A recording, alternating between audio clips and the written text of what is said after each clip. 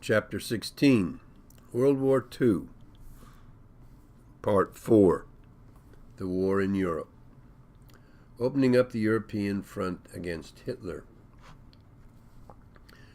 Both Roosevelt and Churchill agreed that, though both countries had a vital interest in defeating the Japanese in Asia, their priority would be to concentrate on defeating Hitler in Europe.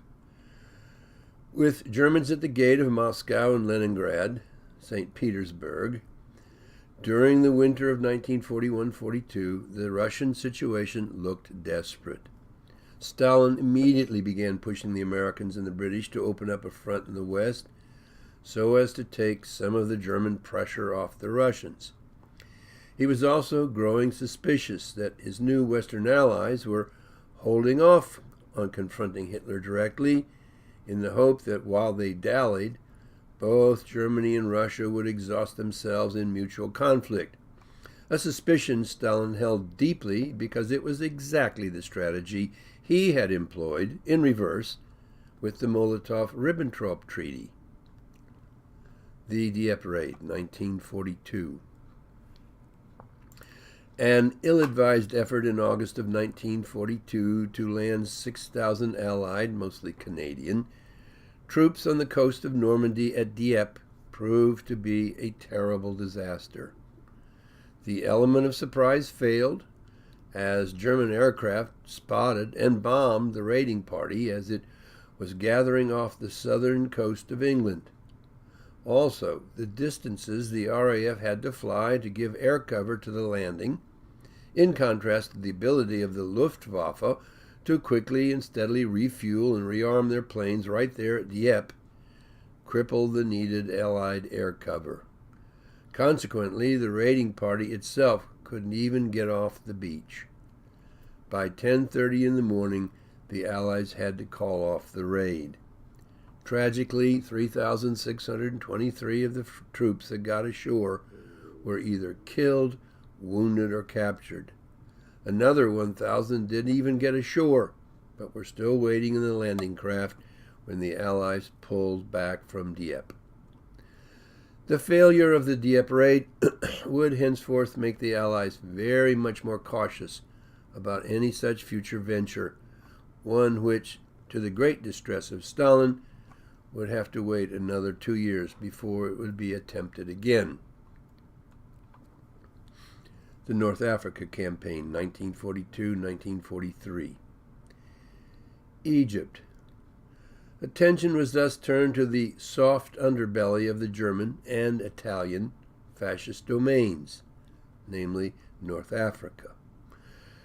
The Germans had joined the Italians in an offensive against the wearied British aimed at Egypt, and in particular the Suez Canal, which the Germans hoped to capture, cutting the shortest supply line between Britain and her allies in India, Australia, and New Zealand. The Desert Fox, German General Erwin Rommel, was given command and began to give demonstration of his high reputation as a fighter as he pushed eastward from Libya into Egypt against the British. But the British knew that they absolutely must not let Egypt fall to the Germans and Italians. In the night of October 23, 1942, the British Eighth Army, commanded by Alexander and led by Montgomery, began their counterattack at Alamein on Rommel's Afrika Korps. The British broke through the Axis center and by November 4th had encircled huge numbers of Germans and Italian troops and had broken Afrika Korps, falling back rapidly across northern Libya to avoid total annihilation. At the Libyan port of Tobruk alone, 19,000 Italians and 6,000 German troops were taken prisoner. French North Africa. Meanwhile, at that same time, November the 8th, British and American troops landed in French North Africa at Algiers and Oran in Algeria, and a few hours later at Rabat and Casablanca along the Atlantic coast of Morocco. They had been hoping to find the French accommodating, to this Allied intrusion. The French Vichy government, under the thumb of Hitler, however, turned out not to be all that accommodating, and Operation Torch met with serious Vichy French resistance in French Morocco and French Algeria. Footnote. The British bombing of the French fleet anchored at North Africa at Mers el-Kebir, after it had refused to turn itself over to the British when France fell to the Germans, did not at that point make the French Navy particularly sympathetic to the Allied cause. Only in the town of Algiers, where the French resistance overthrew the local Vichy French government, did the French cooperate with the Allies. But by a strange coincidence, Admiral François Darlan, former second in command of Vichy France and still head of the French Navy, happened to arrive in Algiers for a visit with his son the day before the Allied assault on the 8th, and when captured, agreed with the Allied commanders to bring the Vichy French government in Africa over to the Allied side, as long as he was recognized as head of that government. The deal was agreed on, and Oran surrendered to the Allies on the 10th of November, and all of Morocco on the 11th. The Germans, hearing of this development and furious at what they saw as treachery, seized control of Vichy French territory on the French mainland. But French Admiral Oufin, replacing the traitor Darlan, guessed that the Germans planned to seize the French fleet at Toulon, and on November 27th gave the orders to have all ships scuttled. 77 ships sunk before the Germans could stop the action, though some of them would be salvaged and restored as fighting ships for the Italians. Then Darlan was assassinated on December the 24th by a French resistance fighter, throwing confusion into the whole French affair. Footnote. Darlan was hated by the resistance for his role in the Vichy government, but only he had the recognized authority to appeal to the French Navy to surrender to the Allies. Giraud had tried to make the same appeal, but had been ignored by the French Navy. Yet the assassination of Darlan solved for the Allies the greatest part of the problem of which French leader the British and the Americans needed to be working through: Darlan, Henri Giraud, or de Gaulle. With Darlan's death, de Gaulle agreed to cooperate with Giraud. Thus, General Giraud was recognized by the Allies as the new head of the newly allied French government in Africa. Nonetheless, divisions within the ranks of the French between de Gaulle and other French generals such as Giraud and Philippe Leclerc would remain an ongoing problem in trying to work with the French. The British advanced westward from Egypt into Libya and Tunisia. As the Allies pushed further east along the North African coast, heading into French Tunisia, the Germans gathered there a large force to oppose them. This German group was joined by the forces of German General Rommel, who, in the face of British advances under British General Bernard Montgomery, had been retreating west along the North African coast from Egypt through Libya. Here in Tunisia, the Germans and Italians knew that they had to take a strong stand, or lose their position along the entire southern Mediterranean.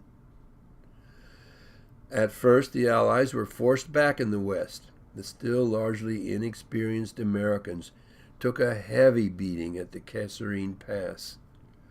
But then on May 6th, the Americans and British regrouped to Bizerte and Tunis, and, having already cut off the German and Italian escape route by sea, soon had them completely surrounded.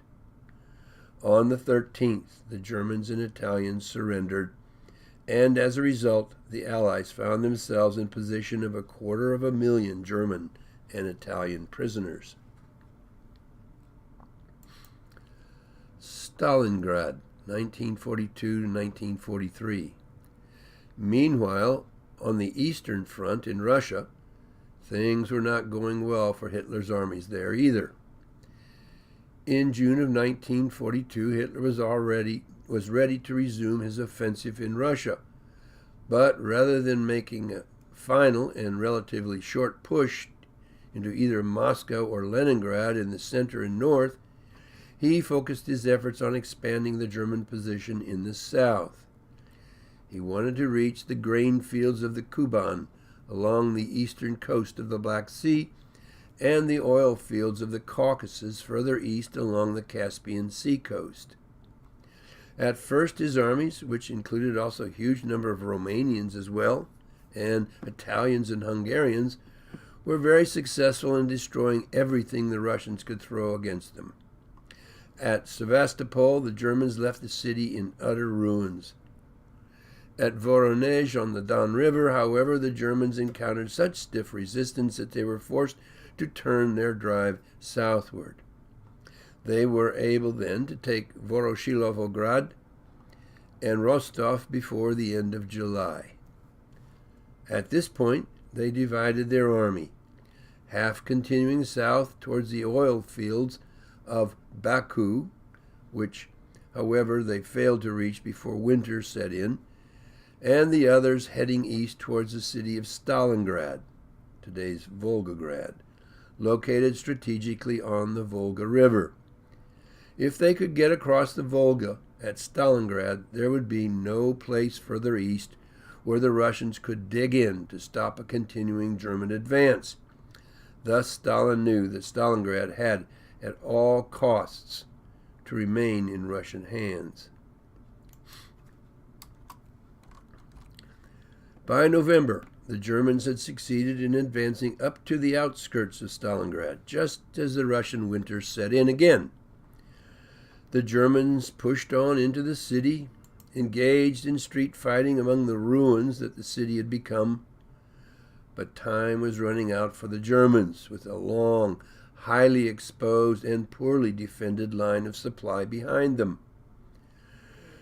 The Russians undertook a winter counterstrike by swinging north and south around the Germans to close off that line of supply, and succeeded in encircling the entire 14 divisions of the German Sixth Army. The insanely proud Hitler would not let his army pull back from this encirclement, even though it was immediately apparent that the German situation was hopeless as long as the Germans remained where they were. By February 1943, the encircled German army was exhausted and dying. Much to Hitler's great fury, the Sixth Army surrendered, or what was left of it. Of the original nearly 1 million German, Romanian, Italian, and Hungarian soldiers, only 90,000 were still alive to be able to surrender, and only about 5,000 of those would ever make it back to Germany 10 years later, the vast majority dying within a few months of their capture, and another 10,000 chose to fight on until there were only small groups of starving soldiers left when the fighting drew to a close. But the Russians had lost big, with nearly 500,000 soldiers killed and 650,000 wounded or sick.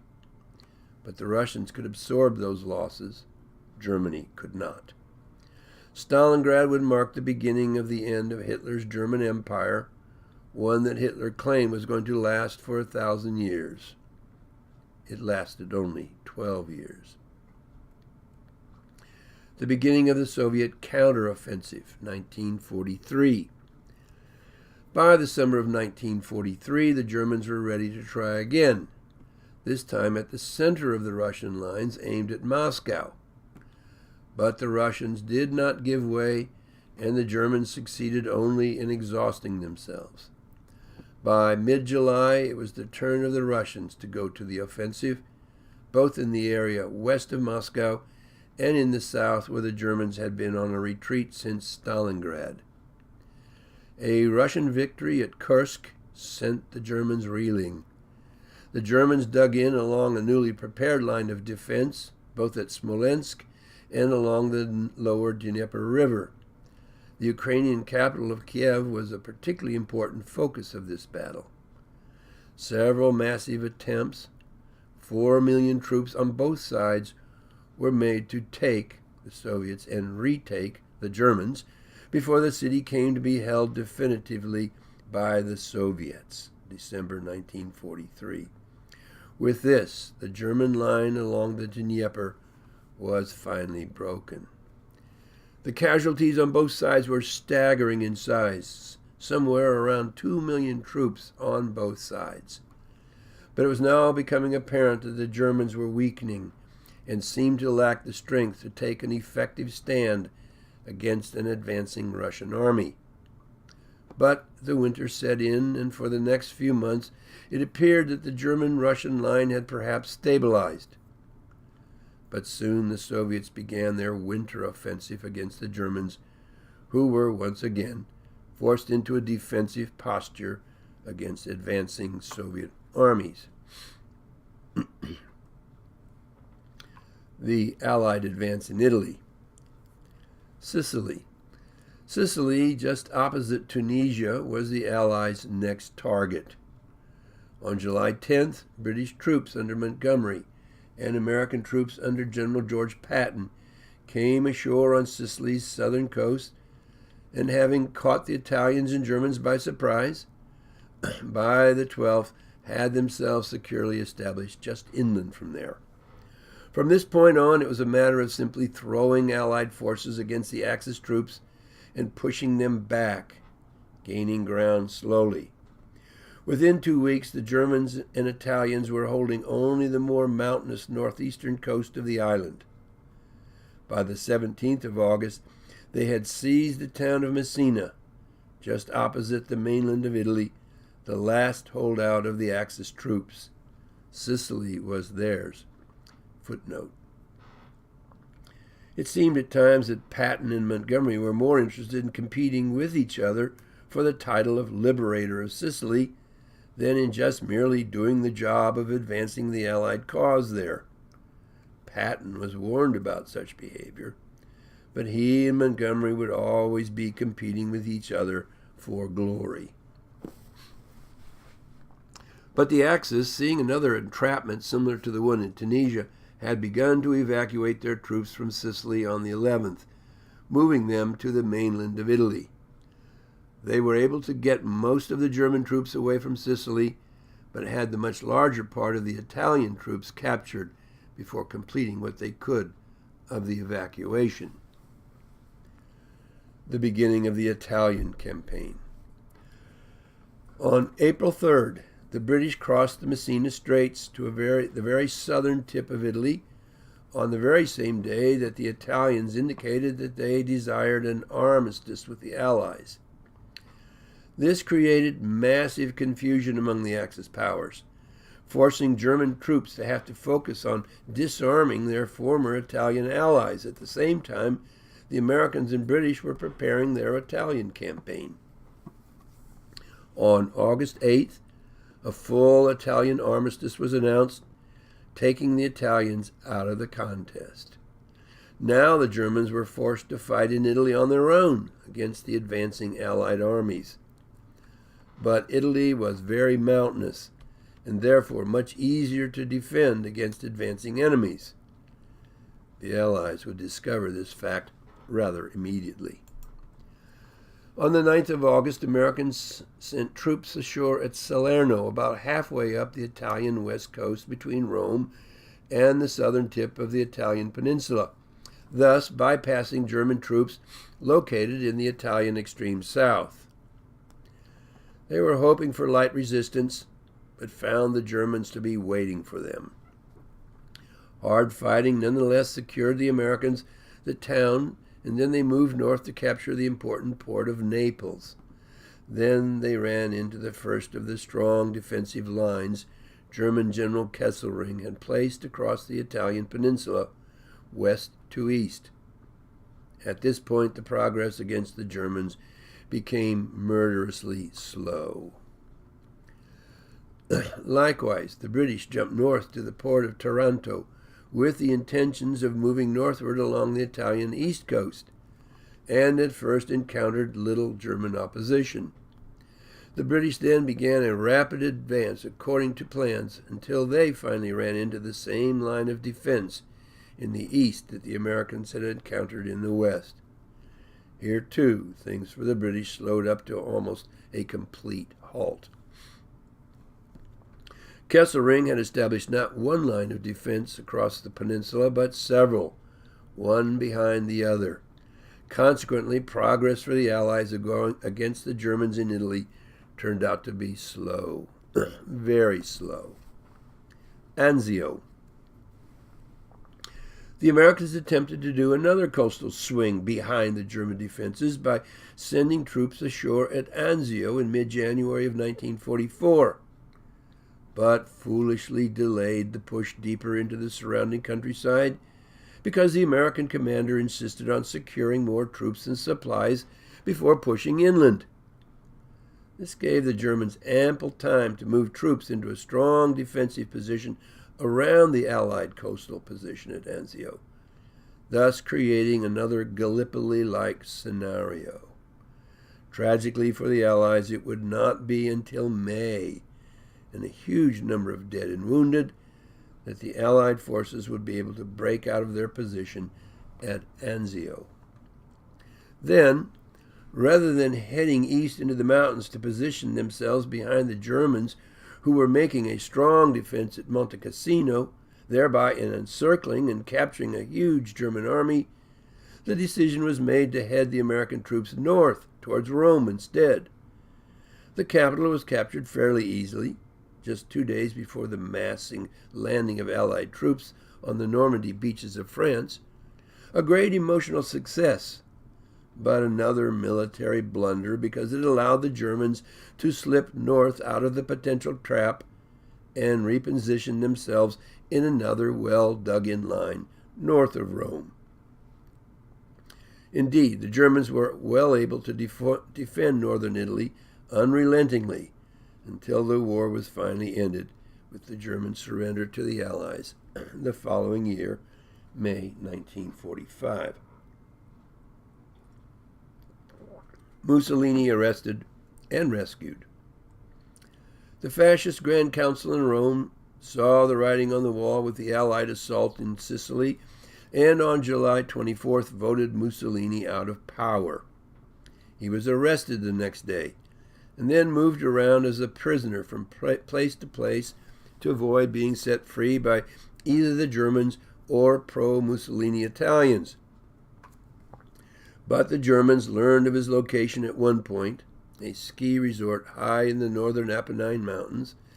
They sent special forces to the site and were able to retrieve him and bring him back to his friend Hitler, who himself was suffering from another assassination attempt that had nearly succeeded.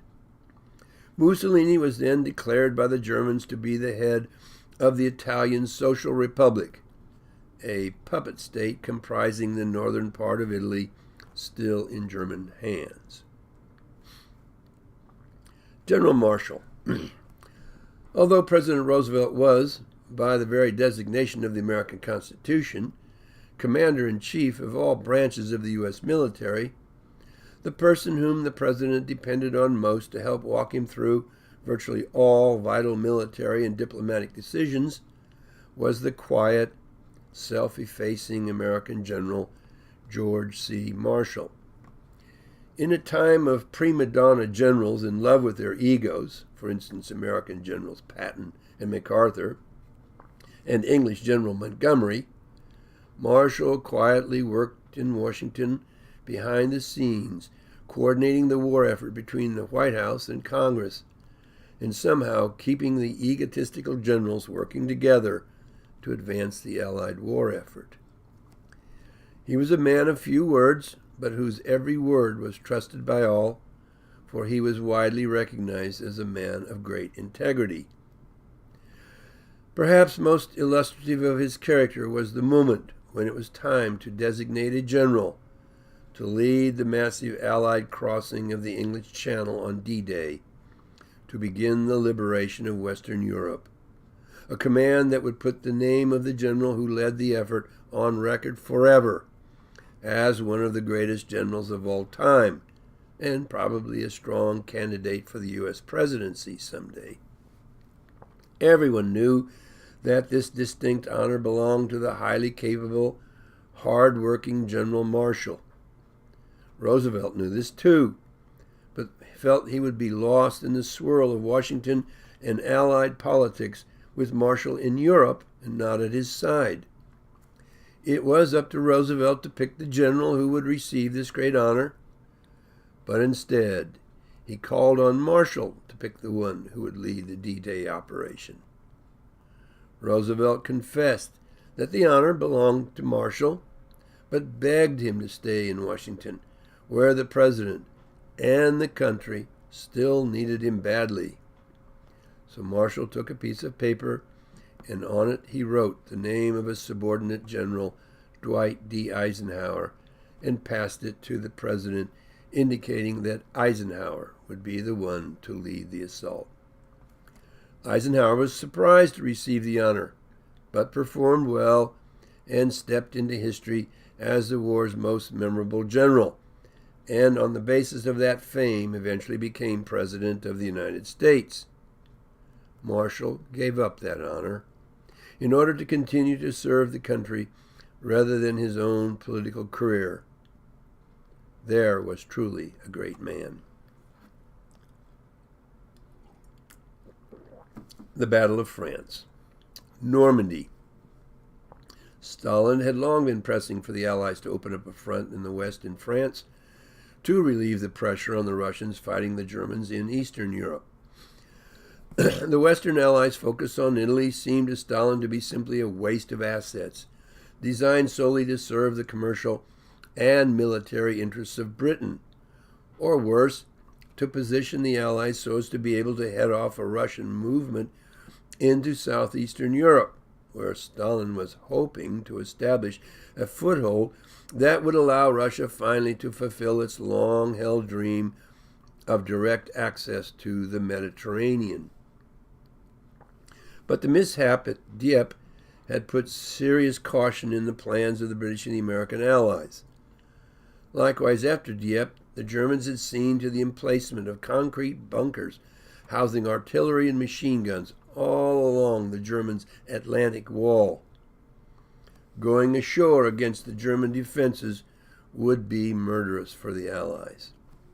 The Allies hoped to weaken the German line of defense along the Atlantic wall by convincing the Germans that the crossing would occur way to the north of the area actually selected for the landing. They thus created a phony army of dummy tanks and trucks and false radio communications that they were hoping German intelligence was analyzing. The fact that Patton was appointed head of this phony army was thought, correctly, to be the most convincing part of the ploy. Hitler and the Germans were convinced that Patton was the Allies' best general. And indeed, Hitler was certain that the Channel crossing of the Allies would be happening at Calais, the closest point in France opposite England. Training for the Channel crossing took place over many months, but as the summer of 1944 approached, General Dwight D. Eisenhower, heading up the Allied action in Europe, knew it was time to move if they were to cross France and reach Germany before winter set in. But bad weather delayed the first date chosen for the crossing. Then a slight break in very bad weather finally gave Eisenhower the conditions he needed before the tides began to change, and the crossing would have to be delayed by weeks. Because of that bad weather, however, the Germans were not expecting any action from the Allies. In fact, Rommel took those days off to head back to Germany for a visit to his wife.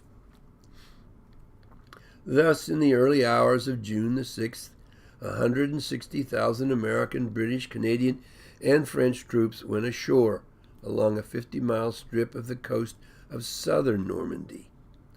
The Normandy landing area was divided into 5 sectors: Utah, American; Omaha, American; Gold, British; Juno, Canadian, and Sword, British and some French. Omaha Beach and the Pointe du Hoc landing of the Rangers next to Omaha Beach were the sections with the highest Allied casualties because this area was defended by strong German emplacements atop very tall cliffs. Juno was almost as bad due to the German network of bunkers along the seawall. Utah Beach produced the lightest Allied casualties. The airborne divisions dropped behind German lines also suffered very high casualty rates. Roosevelt's prayer. That night, Roosevelt went on the radio to call American nation to prayer. My fellow Americans, last night when I spoke with you about the fall of Rome, I knew at that moment that troops of the United States and our allies were crossing the channel in another and greater operation. It has come to pass with success thus far. And so, in this poignant hour, I ask you to join with me in prayer. And we quote, Almighty God, our sons, pride of our nation, this day have set upon a mighty endeavor, a struggle to preserve our republic, our religion, and our civilization, and to set free a suffering humanity. Lead them straight and true. Give strength to their arms, stoutness to their hearts, steadfastness in their faith. They will need thy blessings. Their road will be long and hard, for the enemy is strong. He may hurl back our forces. Success may not come with rushing speed, but we shall return again and again. And we know that by thy grace and by the righteousness of our cause, our sons will triumph. They will be sore tried by night and day, without rest, until the victory is won. The darkness will be rent by noise and flame. Men's souls will be shaken with the violences of war. For these men are lately drawn from the ways of peace.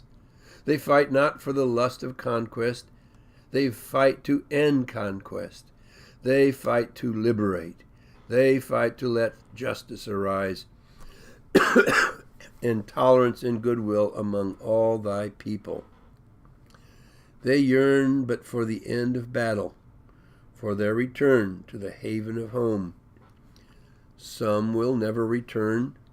Embrace these, Father, and receive them, thy heroic servants, into thy kingdom. And for us at home, fathers, mothers, children, wives, sisters, and brothers of brave men overseas, whose thoughts and prayers are ever with them, help us, Almighty God, to rededicate ourselves in renewed faith in thee in this hour of great sacrifice. Many people have urged that I call the nation into a single day of special prayer, but because the road is long and the desire is great, I ask that our people devote themselves in a continuance of prayer. As we rise to each new day, and again when each day is spent, let words of prayer be on our lips, invoking thy help to our efforts. Give us strength, too, strength in our daily tasks, to redouble the contributions we make in the physical and the material support of our armed forces. And let our hearts be stout, to wait out the long travail, to bear sorrows that may come, to impart our courage unto our sons, wheresoever they may be. And, O Lord, give us faith. Give us faith in thee, faith in our sons, faith in each other, faith in our united crusade. Let not the keenness of our spirit ever be dulled. Let not the impacts of temporary events, of temporal matters, but of fleeting moment, let these deter us in our unconquerable purpose.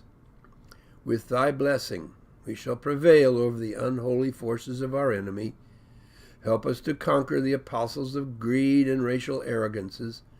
Lead us to the saving of our country and with our sister nations into a world of unity that will spell a sure peace, a peace invulnerable to the schemings of unworthy men, and a peace that will let all of men live in freedom, reaping the just rewards of their honest toil. Thy will be done, Almighty God. Amen. The advance against Hitler's forces in France. The landing ultimately proved to be a success. Hitler refused to reposition the troops gathered further north at Calais, considering the Allied landing to be merely a feint designed to draw troops away from Calais so as to make Patton's invasion easier. There was, of course, no such Patton invasion. For days, Hitler hesitated before he finally came to the realization that this was the massive assault that the Germans had long been expecting. But by that time, the Allies were well planted in Normandy and moving inland fairly quickly. Several problems, however, complicated the Allied advance. The British were expected to liberate the city of Caen almost immediately. Their landing had been largely unopposed, but in reaching the outskirts of Caen, the Germans showed themselves prepared to put up a major fight. Consequently, this key hinge point took 2 months to bring under Allied control. Also, the farms of Normandy were outlined not by fences but by huge, thick, centuries-old hedges that gave the Germans great defensive opportunities and made progress of the Allied tanks and infantry almost impossible, until an immense steel fork was created to be placed in front of the tanks, allowing them simply to plow through the hedges. With that innovation, the advance against the Germans proceeded much more quickly. At one point, a huge German army was nearly surrounded by the advancing Allies, but failure to close quickly a gap in the circle allowed most of the Germans to escape and reorganize further east against the Allied advance. Nonetheless, the Germans were tiring and running out of men and supplies. At that point, August, the Allied move across France towards Germany was advancing quickly. The decision to liberate Paris rather than head directly to a Rhine crossing. The decision to head from Normandy straight to Paris seemed a logical idea, especially to the French. But Eisenhower had other thoughts. Supplies were short. The Allies had only the shore landings at Normandy to bring supplies ashore, and had not yet captured a major French seaport where they could bring in the masses of supplies needed to support the offensive against the Germans. Thus, Eisenhower wanted to waste no effort to get to the German border defenses at the Rhine as soon as possible, certainly before the autumn season ended, and bad weather would bog down the Allied offensive, and then head quickly on to Berlin. The hope was to bring Hitler to defeat in Berlin before Christmas. To divert forces and remove the Germans from Paris, rather than just encircle them and slowly strangle them to submission, would be costly in terms of supplies, and would delay considerably the effort to get across the Rhine before the bad late fall weather set in. But there were other considerations that weighed heavily in favor of a direct effort to liberate Paris.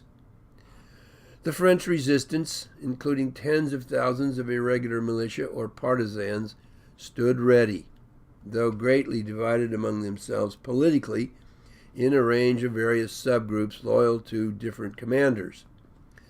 The biggest divide within the resistance was between the communist partisans, led by Henri Tanguy, and the Free French partisans, led by an uneasy Free French alliance of General Charles de Gaulle and General Jacques-Philippe Leclerc. The Americans and British had favored Leclerc rather than the self-promoting de Gaulle, with whom they had constant difficulties. Tanguy and his communist partisans stood ready not only to expel the Germans, but bring Paris, and thus France, under communist dominion. That was something that neither the Americans nor the British wanted to see happen. Thus, they were forced to support de Gaulle in his move to get himself and some of his Free French army into Paris to join the Free French partisans before Tanguy and his communist partisans could grab control. Considerable risk accompanied this decision to advance on Paris.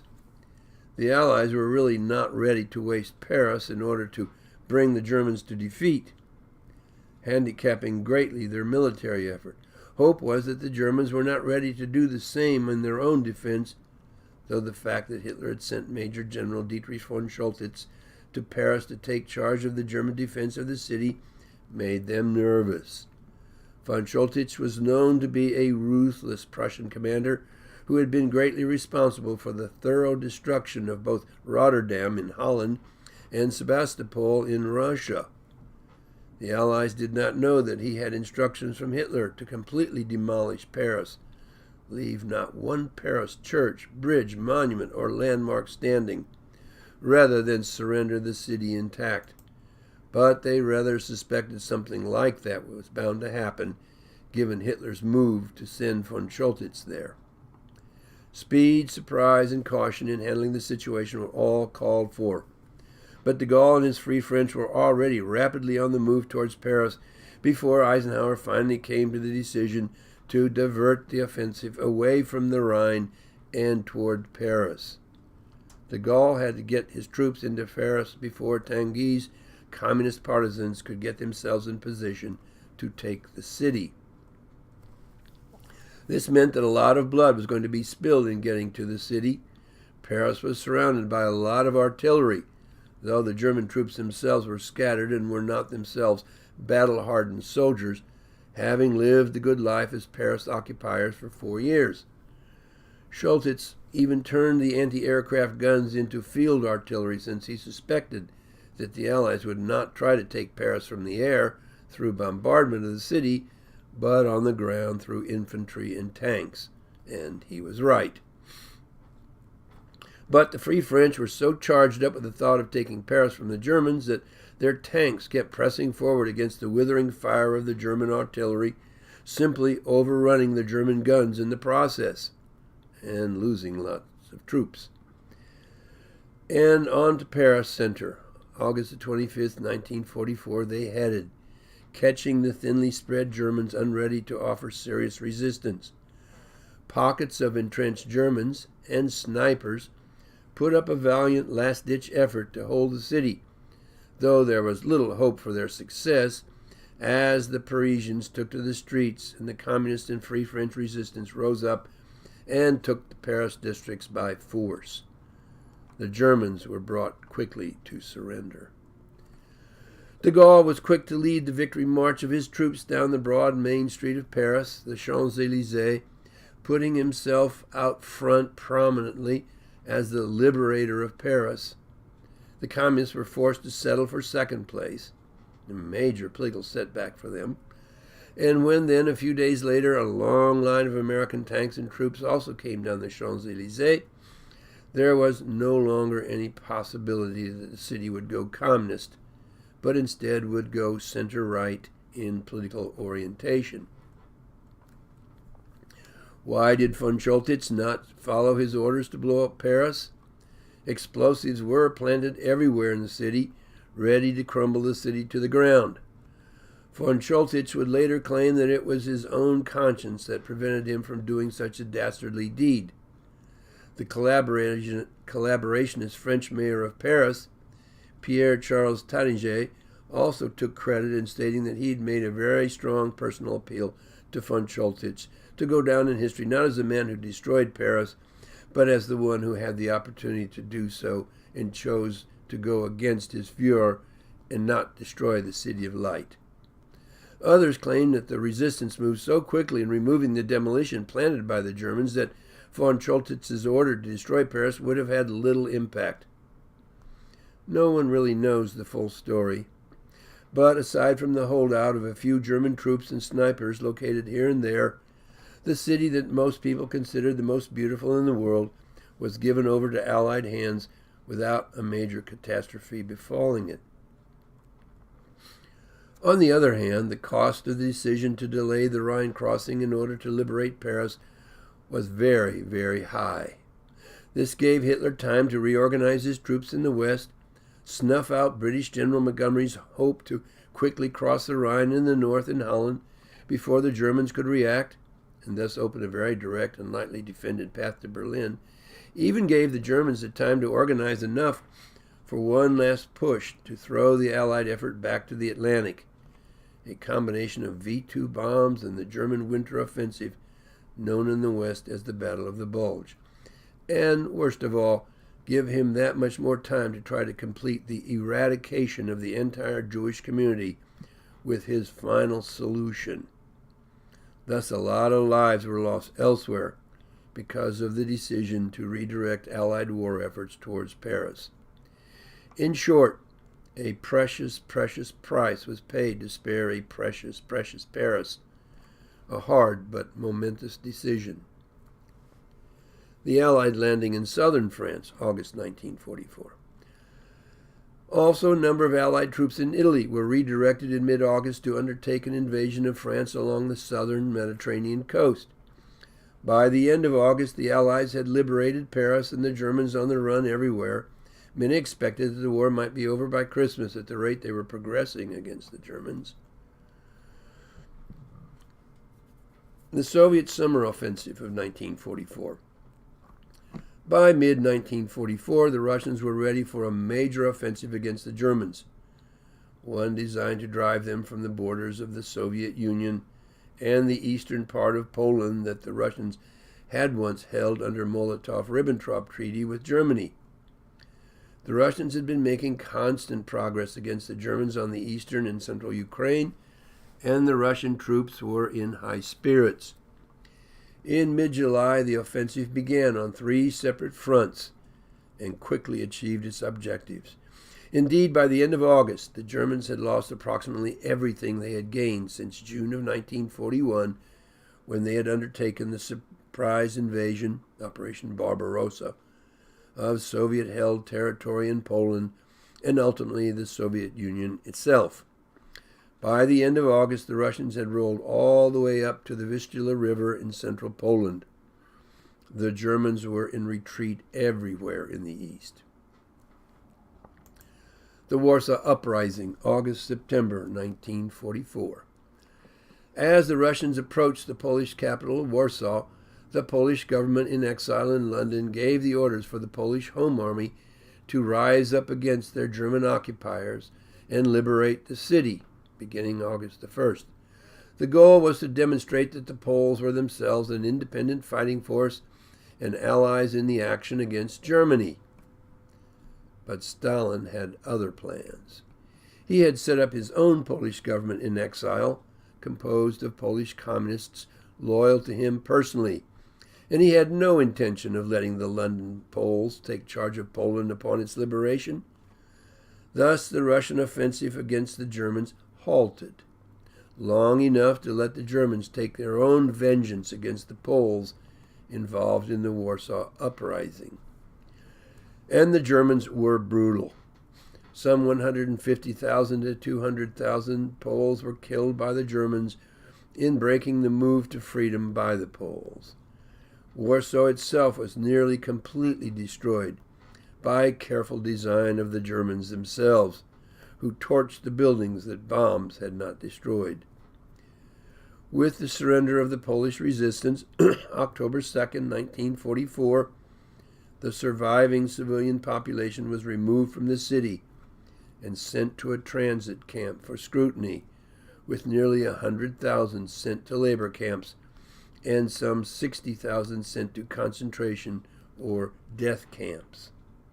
Meanwhile, the Russian action in the region had halted completely and was resumed under Stalin's orders only when the Polish resistance movement was broken by the Germans and Warsaw destroyed.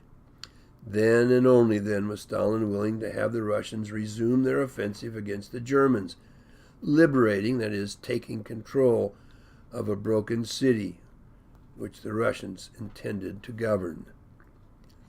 After the war, Stalin had returning Polish prisoners arrested, sent off to Soviet concentration camps in Siberia, or even executed directly on various charges, even including fascism, fearing such former Polish activists as potential rebels against his own rule in Poland through compliant Polish communists. The Russian offensive in the Balkans. Romania. In late August, in eastern Romania, the Russians succeeded in defeating a worn-out Nazi ally, the remnants of a Romanian army, with the considerable help of a Romanian uprising designed to overthrow the pro-Nazi government and institute a return of the Romanian king.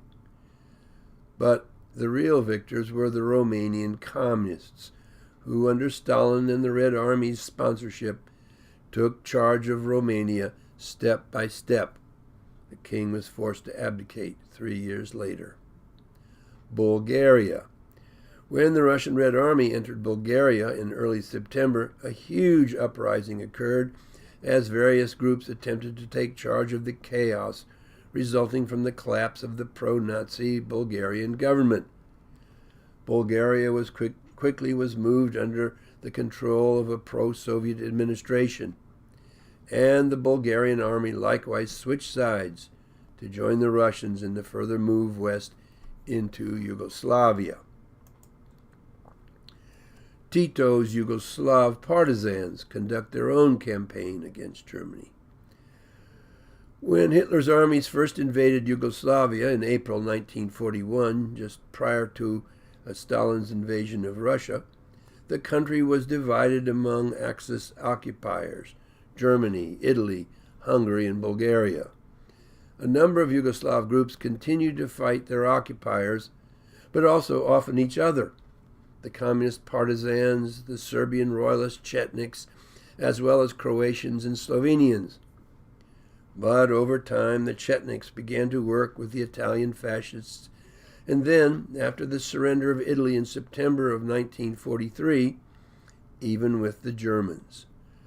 At the same time, Tito's communist partisans gathered increasing support from Yugoslav nationalists, as well as from the Allied Russians, naturally, but also from the British and Americans. As the Germans, by the summer of 1944, found themselves in retreat, Tito's partisans moved quickly to take control of the southern part of the country, at the same time as the Russians and their new Bulgarian allies drove the Germans from the northern regions of the country. In the latter part of October, the two forces, Russian and Tito's partisans, met in the capital Belgrade as the German presence in Yugoslavia collapsed. Then, with co-communist Tito in position to continue the struggle against the Germans in Yugoslavia, Stalin's Red Army turned its focus northward toward Budapest in Hungary. Against Hungary. Soon after this, the Red Army moved on towards Hungary, where the Hungarians and their German allies proved much more resistant to the Russian offensive. It was not until February of the following year, 1945, that the Hungarian capital of Budapest was taken by the Red Army and their new allies, the Romanians.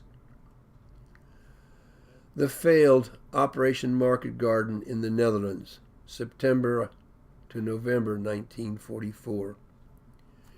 British General Montgomery, who commanded the northern flank of the Allied army, was given the lead in implementing a concentrated assault on the German defenses in the north of Holland, the purpose being to gain a crossing of the Rhine River in the more lightly defended Netherlands. Footnote.